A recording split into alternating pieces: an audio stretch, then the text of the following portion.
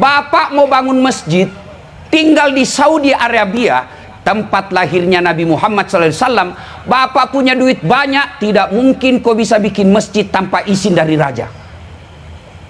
Di Indonesia, silakan kau cari masjid yang ada izin bangunannya. Enaknya toh, ada duit, punya tanah, bikin bangunan masjid, tidak perlu ada izin, jadi. Anda mau dakwah, tidak usah dulu di Saudi, Malaysia. Mau ceramah, biar Anda alumni Mesir, tapi tidak dapat permit, izin dari raja, kerajaan, izin dari pemerintah, tidak mungkin kau bisa ceramah. Lihat Indonesia, Pak. Artis yang selama ini main film peluk-pelukan, tidak jelas agamanya, baru 2 bulan hijrah, modal jenggot panjang, celana jingkrang, dia kafir-kafirkan kita, Pak. Baru 2 bulan belajar agama. Coba lagi. Bapak mau bikin pesantren, biar bapak punya duit banyak, tidak mungkin kalau tidak dapat izin dari Saudi dan Malaysia. Di Indonesia bapak punya rumah kosong, kumpul anak TKTPA, jadi pesantren hafal Quran, tidak perlu ada izin. Iya kan? Cari di negara manapun di dunia ini, seperti Indonesia, punya menteri agama. Malaysia cuma menteri usuran haji. Kita menteri agama, Pak. Coba lihat lagi, Pak, di Timur Tengah. Timur Tengah, negara Arab. Satu bahasa, puluhan negara. Indonesia, satu negara, ratusan bahasa. Mangga, monggo. Masya Allah. Ini negara kita ini nikmat beragama, Pak. Allah Karim. Cari negara Islam, diliburkan setiap hari besar Islam. Maulid kita libur. Isra Mi'raj kita libur. Tahun baru Islam kita libur. Ramadan awal libur. Ramadan akhir libur. Bahkan lebarannya pun kita terserah mau ikut Muhammadiyah atau pemerintah. Terserah. Inilah enaknya kita beragama, Pak. Mau pergi ceramah, alhamdulillah tidak pernah dilarang. Mau tengah malam pergi ceramah di Merauke, aman. Mau sholat, tidak pernah dilarang. Bahkan dibikinkan masjid. Setiap kabupaten kota ada masjid agung. Dan itu dikelola APBN negara. Kita punya Republik Indonesia ini saya gelari dengan nikmat 3A. Yang negara lain tidak miliki. Nikmat 3A. Apa itu? Nikmat A pertama, beragama. Coba lihat kita beragama di Indonesia. Meskipun kita bukan negara Islam, kita tidak deklarasikan Indonesia negara Islam. Kalau Malaysia, itu dalam konstitusinya ditulis Malaysia adalah negara Islam. Kalau kita Indonesia tidak, kita cuma punya Pancasila, ketuhanan yang Maha Esa. Bukan negara Islam, tapi tempat tidurnya orang-orang beragama. Coba lihat kita beragama, Pak. Masya Allah. Bapak mau bangun masjid, tinggal di Saudi Arabia, tempat lahirnya Nabi Muhammad SAW. Bapak punya duit banyak, tidak mungkin kau bisa bikin masjid tanpa izin dari raja. Di Indonesia, silakan kau cari masjid yang ada izin bangunannya. Enaknya toh, ada duit, punya tanah, bikin bangunan masjid, tidak perlu ada izin, jadi. Anda mau dakwah, tidak usah dulu di Saudi, Malaysia.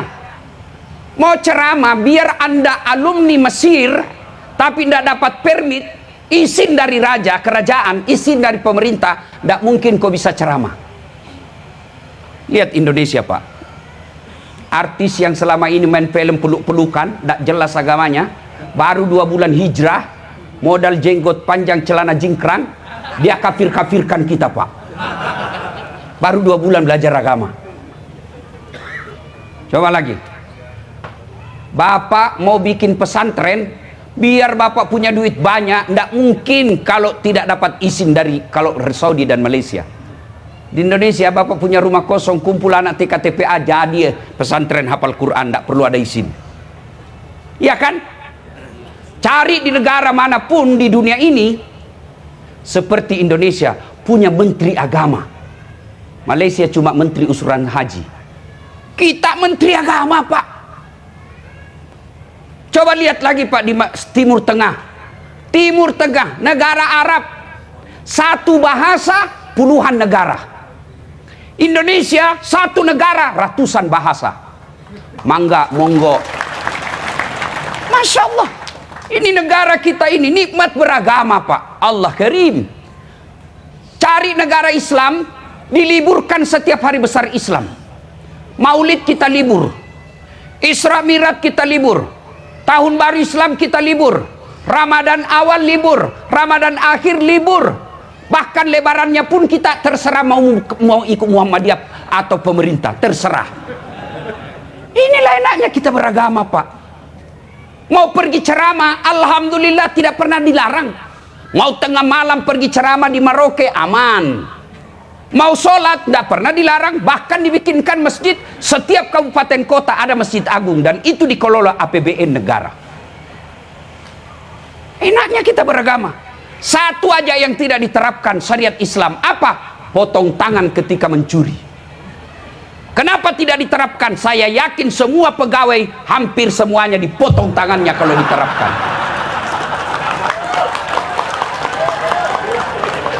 Iya Pak. Coba kalau diterapkan potong tangan Pak. Waduh, rasa-rasanya semua itu di kantor pemerintah potong tangannya. Minimal dia curi kertas, curi printer. Apalagi rumah dinas habis Pak, biar AC hilang semua. Allah Karim. Nikmat beragama. Yang kedua adalah nikmat alam. Orang-orang di Bandung, Bogor, Puncak, lihat itu orang Arab. Mereka habis duitnya puluhan juta hanya untuk apa? Pergi lihat gunung Pak. Orang Bandung tidak perlu kau keluarkan uang mau lihat gunung. Cukup kau keluar dari rumahmu. Oh, gunung. Orang Australia habis duitnya belahan juta sampai puluhan juta hanya mau pergi lihat sawah di Bali. Hanya mau pergi lihat sawah Pak. Dia tinggalkan pekerjaannya, dia tinggalkan keluarganya berhari-hari, cuma mau lihat sawah. Di Bandung silakan kau keluar rumah, sawah terhampar. Masya Allah. Dalam tanahnya Indonesia ada nikel, ada emas, ada batu bara, di atasnya ada sawit, ada janda-janda. Oh Masya Allah.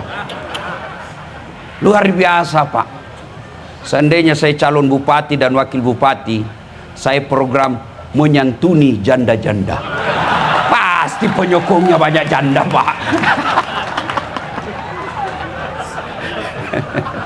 Ayo, nikmat alam. Bapak coba deh lihat kalau Bapak pergi ke Saudi, dari Mekah ke Madinah, Madinah ke Mekah, lihat itu Pak, padang pasir. Kita alhamdulillah dari Jakarta ke Bandung, yes. Kanan sawah, kiri ada kadang ke air terjun kita lihat. Masya Allah, nikmat betul ini negara kita Pak. Nikmat alam. Yang ketiga, nikmat aman. Luar biasa negara kita ini.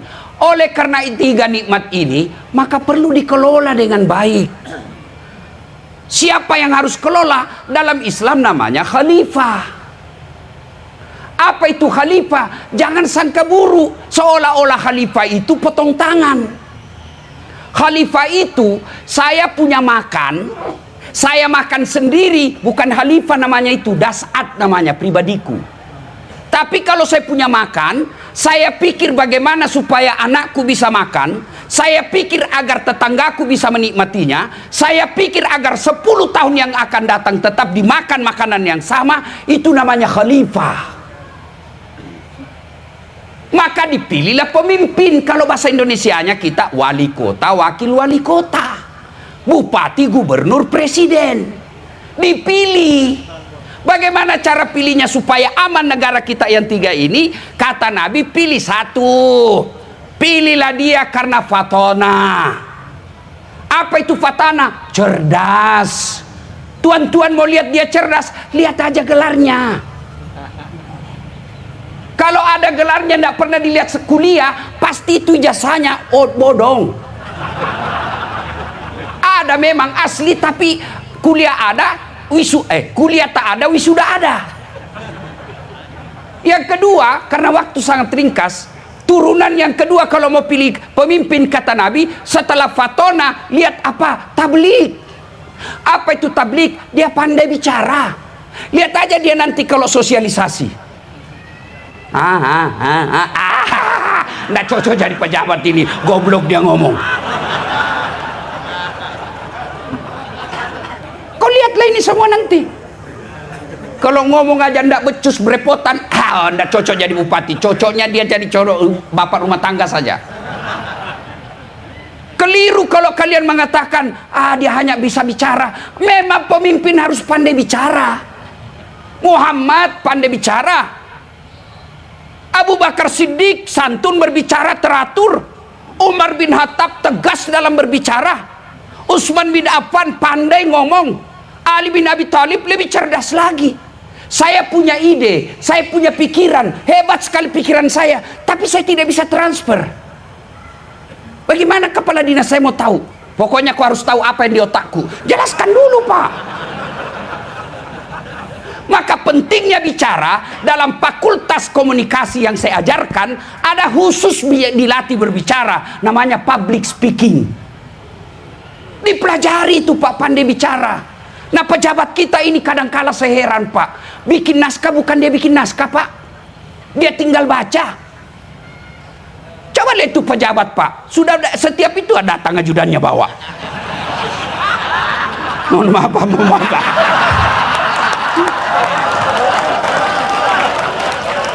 Iya toh. Masya Allah. Aduh, tinggal dibaca masih salah baca, Pak. Bagaimana kau mau jadi kelola ini 3A? Bisa mungkin kau kelola, tapi habis di 5 tahun pertama. Khalifah itu tidak boleh habis ketika 5 tahun pertama, periode kedua. Tapi dia abadi, itu namanya khalifah.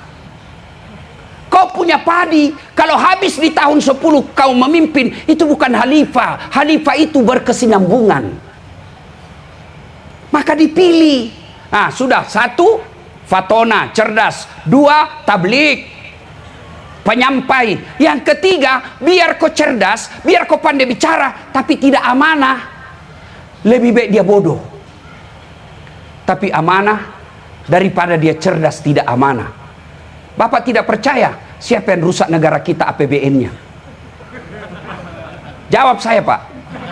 Orang bodoh? Bukan, orang pintar, Pak. Dan orang pintar kalau tidak punya amanah, dia lebih bahaya daripada bajing. Bajing, Pak, dia cuma makan kacang-kacangan. Bajingan, aspal, semen, beton.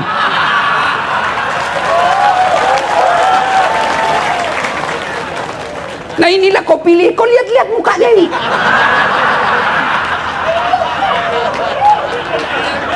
Jangan marah, Pak, ya, jangan marah, Pak. Jangan marah, Pak, jangan marah, Pak. Ini gunanya dakwah, ini gunanya dakwah. Kasihan Bapak kalau habis uangmu puluhan miliar, lalu kau masuk neraka. Saya bilang, adakah orang yang lebih bodoh dari mereka yang keluarin uang beli partai 20 miliar, ya, sosialisasi 5 miliar, dan lain sebagainya, sampai 40 miliar habis duitnya, lalu masuk neraka. Adakah orang yang lebih bodoh dari ini? Kalau saya punya uang 50 miliar, Pak, 10 miliar saya pakai sogo istriku supaya saya bisa kawin lagi. Jelas, Pak. Saya nikmati. 5 miliar saya bikin masjid atas nama istri saya dan ibu saya 5 miliar. 10 miliar, masih ada sisanya 20 miliar. Itu, Pak Ustaz. Masya Allah. Iya, Pak. Ngapain kita mau jadi pemimpin habis duit kalau hanya membuat kita masuk neraka? Ini gunanya saya nasihatin Bapak. Makanya jangan marah. Bapak mau marah enggak apa-apa, saya juga mau pulang. Jelas kan? Kalau tidak amanah, nah saudara-saudaraku, amanah itu, kata amanah itu abstrak. Bagaimana mengkonkretkannya? Gampang. Kalau dia incumbent, paling gampang dilihat amanah atau tidak. Caranya apa? Lihat janji-janjinya kampanye 5 tahun yang lalu. Kalau dia tidak amalkan, ganti. Jelas kan? Kalau dia pernah jadi anggota DPR, lihat aja dia. Setelah dia jadi terpilih, apa dia masih datang menyapa rakyat? Coba, selesai. Gampang sekali tuh lihat amanah. Variabelnya gampang, lihat janjinya, lihat visi misinya, diamalkan atau tidak. Coba lihat kita rakyat ini, Pak Kapolres. Serasa-rasanya tidak ada rakyat yang mau rusuh. Yang kadang mau bikin rusuh itu Pak tim sukses.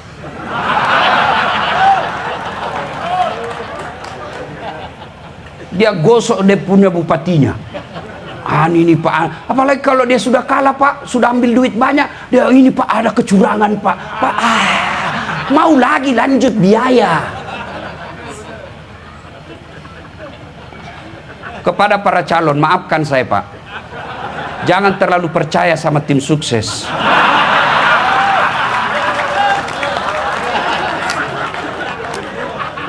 Maafkan saya Pak, daripada Bapak mewakilkan diri untuk menyapa, lebih baik Bapak datang menyapa langsung kepada masyarakat.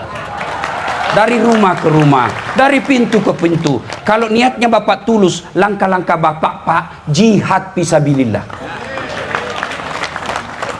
Kalau percayakan sama tim sukses Pak, oh ini Pak, ini ada majelis taklim 400 pesertanya Pak, tapi beliau minta baju seragam. Mulai masuk proposalnya itu. Daripada itu Bapak menyapa, capek, risiko, siapa suruh kok calon? Kalau nggak mau capek, nggak usah calon. Amanah. Yang keempat, saya ulang ya, 1 cerdas, 2 pandai bicara, 3 amanah, yang keempat dapat dipercaya. Amanah itu kekuasaan, dapat dipercaya itu ngomongnya lihat. Kalau dia banyak bohongnya, jangan Pak. Dan kalau dia muslim, paling gampang saudaraku. Kalau dia muslim, paling gampang. Lihat sholatnya. Kalau dia tidak sholat, jangan kau percaya. Tuhannya saja dia tipu. Bagaimana caranya ditahu dia sholat atau tidak? Gampang. Bapak tanya sahabatnya. Kalau Bapak tanya dia, Tuhan sholat? Oh pasti dong. Tapi lihat temannya. Karena orang biasanya berteman satu paket dia Pak. Apa namanya? Circle. Ya, connecting people. Sama itu. Minyak tidak mungkin bisa bergabung dengan air. Biasanya kalau dia pembohong, temannya pasti pembohong. Lihat aja temannya siapa tim suksesnya. Lihat. Gampang. Cuma kan kita ini mau jadi pemimpin, mau jadi wali kota, mau jadi bupati, gubernur, kepala daerah, modalnya apa? Doa. Jangan salah paham. Doa yang saya maksud adalah dana operasional awal, dana operasional akhir. Parahnya lagi, kita juga masyarakat wane piro. Hancur. Akhirnya apa? Terpilihlah pemimpin, bukan memikirkan rakyatnya, tapi memikirkan tim sukses dan partainya. Maka saudaraku, cintai negara ini. Cara apa? Saudaraku jadi pemimpin, jangan kau sogok rakyatmu. Rakyat, jangan kau peras calon pemimpinmu. Enak kan? Yang jadi masalah, satu mau nyogok, satu mau terima. Coba kalau ini calon-calon kepala daerah mau nyogok, tapi tidak ada yang mau terima, mau diapain? Dia tidak bisa ngapa-ngapain. Biar ibu bapak mau disogok, tapi tidak ada yang menghambur, tidak jalan. Ini klop Pak, satu mau disogok, satu mau menyogok. Akhirnya terpilihlah pemimpin, ngomong aja tidak betul. Baru 2 tahun dilantik berujung sama KPK. Pesan kedua, Bapak Ibu saudara-saudara sekalian, pilkada pesta demokrasi. Ketika Bapak Ibu mendengar kata pesta, yang ada di benak kita adalah senang-senang. Pesta pengantin pasti senang-senang.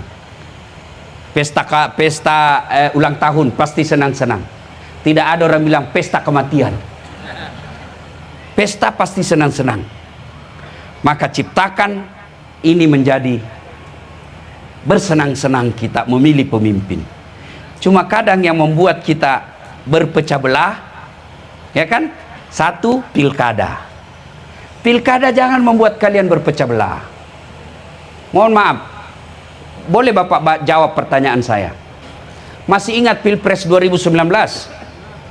Masih? Siapa calon presiden waktu itu? Bapak Joko Widodo dengan Bapak Prabowo. Siapa yang menang? Bapak Joko Widodo. Siapa menterinya? Prabowo.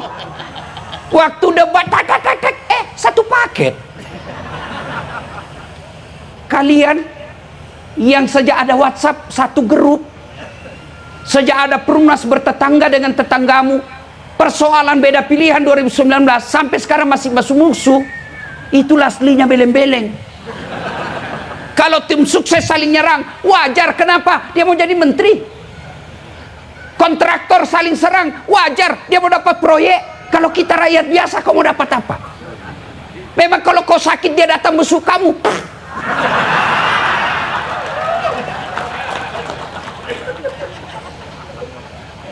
Dua, yang bisa membuat kita pecah ini, Pak, kesombongan.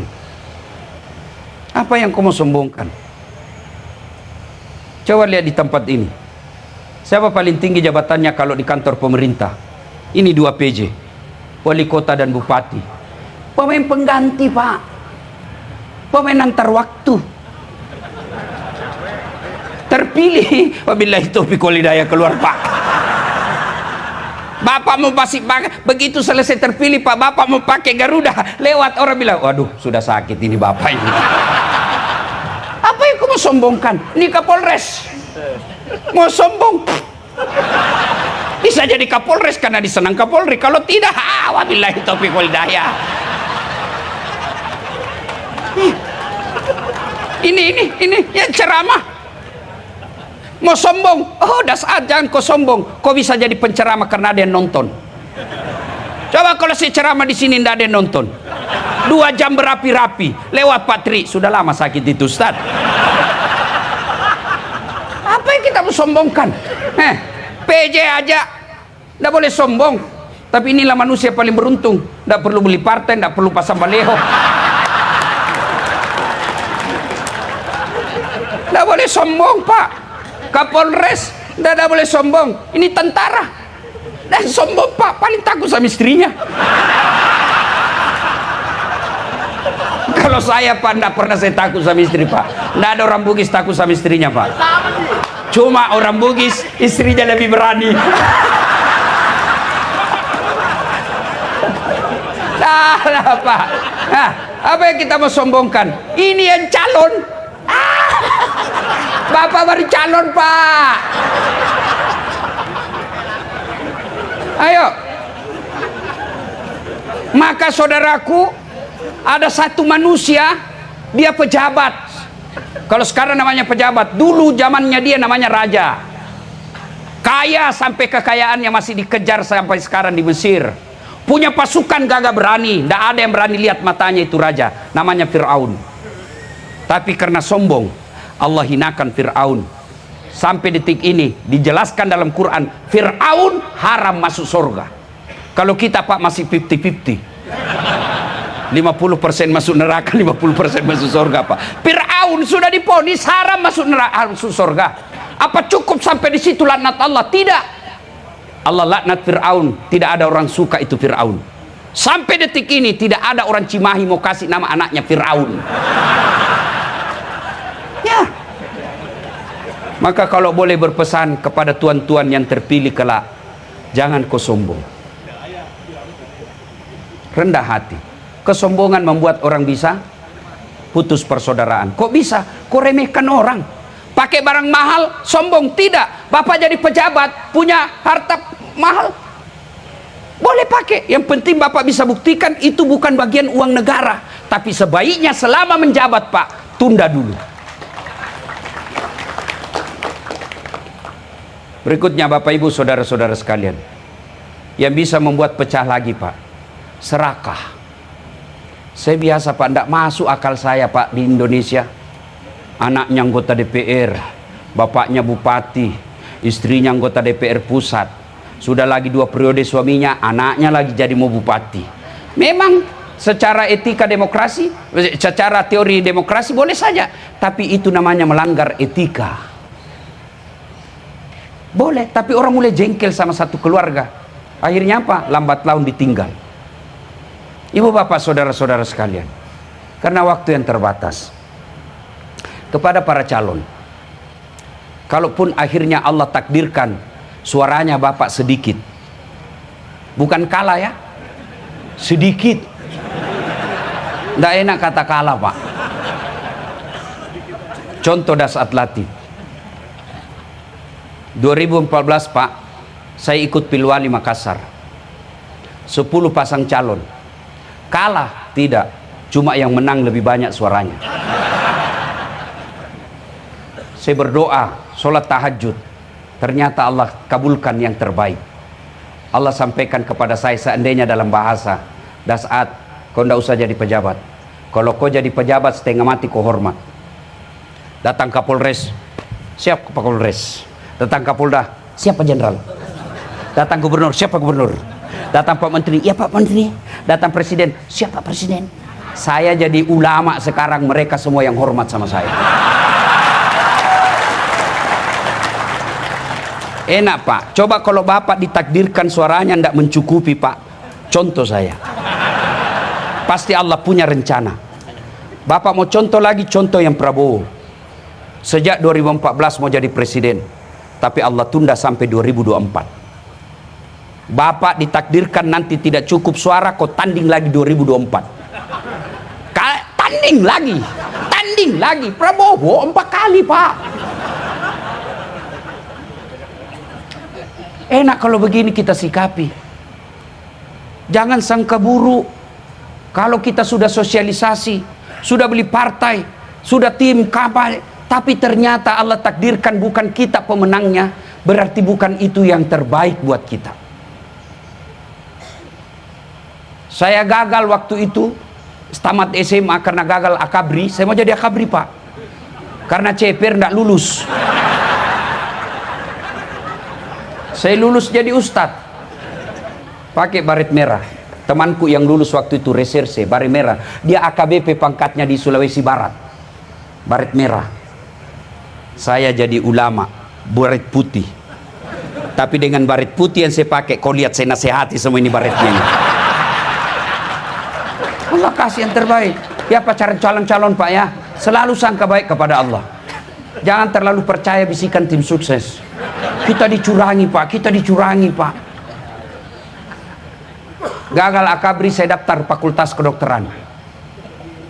3 kali saya ikut pak. Saya sholat tahajud 40 malam berturut-turut, tidak keluar nama saya. 3 tahun berturut-turut.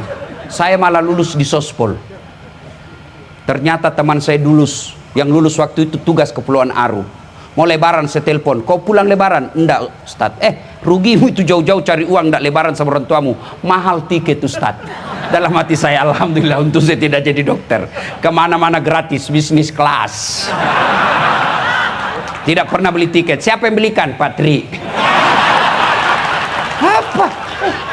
Enak kalau kita gembira-gembira seperti ini pak ya? Enak. Ngapain? Maka saudaraku yang ada tuan-tuan ini, jabat tanganlah di samping kiri kananmu pak. Biasa ini pak. Jangan merasa malu pak. Biasa. Bapak sudah terpilih lolos calon pak, itu sudah nikmat. Banyak yang mau calon tidak lulus pak.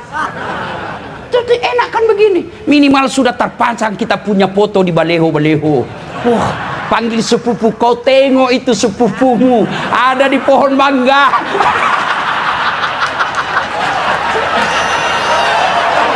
Ya, sudah enak pak. Iya toh, masya Allah. Kalau kita sikapi seperti ini nyaman pak. Mari ciptakan pilkada ini dengan bersenang-senang. Kepada Ketua KPU Panwas Gakumdu, ayo bersikap adil. Orang bisa rusuh pak bukan karena haknya diambil. Coba lihat di penjara pak, Hak kebebasannya itu sudah diambil, Pak, tapi tidak rusuh. Kapan dia rusuh di dalam penjara? Kapan dia rusuh di penjara, Pak? Kalau penghuni sama-sama, satu dikasih teh kopi, satu dikasih air biasa, merasa tidak diperlakukan adil. Ini mereka-mereka insya Allah tidak akan ribut selama di KPU melakukan keadilan.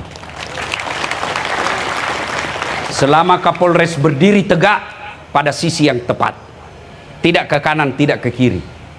Saya Ustadz juga harus tidak ke kanan, tidak ke kiri, tapi saya tidak netral. Kenapa? Mobil saja kalau netral tidak bergerak. Tapi saya punya hak politik, tapi saya tidak boleh kampanye terhadap satu calon. Kenapa? Umat saya ada semua di antara calon-calon ini. Bapak, saudara-saudara sekalian, saya cinta Bapak Ibu sekalian semua. Mari jaga Republik Indonesia. Negara kita ini sangat luar biasa, Pak. Tidak boleh rusuh hanya karena persoalan pilkada yang hanya 5 tahunan. Kita berkewajiban menjaga ketertiban dan kedamaian bangsa kita. Bukan kewajiban polisi dan tentara semata, tapi kita semua rakyat Indonesia. Di negara kita ini hidup, di negara kita ini kita cari nafkah, di negara ini kita beribadah, di negara ini kita membentuk keluarga. Maka kita semua wajib menjaga ketentraman dan kedamaian. Apapun agama, suku, bahasa, pekerjaanmu, kita sama. Persatuan Indonesia, kesatuan Republik Indonesia. Bapak, saudara-saudara sekalian, inilah tausiah kita, mudah-mudahan ada manfaat. Wa'tasimu bihablillahi jami'an wa la tafarraqu. Berpegang teguhlah engkau kepada tali persaudaraan agama Allah dan janganlah engkau bercerai-berai. Ayat inilah kemudian diturunkan oleh para pendiri negara kita menjadi 5 sila, yang sila ketiganya adalah persatuan Indonesia. Bahkan Nabi menjelaskan, umatku itu seperti badan ini, satu sakit yang lain ikut sakit. Tangan kanan gatal tanpa diundang kiri yang garuk, tangan kiri yang gatal tanpa diundang kanan yang garuk. Gatal dua-duanya, kerjasama. Begitu mestinya kita di Cimahi. Satu salah, satu sakit, yang lain ikut merasakan rasa sakit itu. Jangan ada kenyang-kenyang sendiri, lapar-lapar sendiri. Mari kita ciptakan ketentraman dan kedamaian. Terima kasih. Usikum wa nafsi bitaqwallah. Pastabikul khairat. Assalamualaikum warahmatullahi wabarakatuh.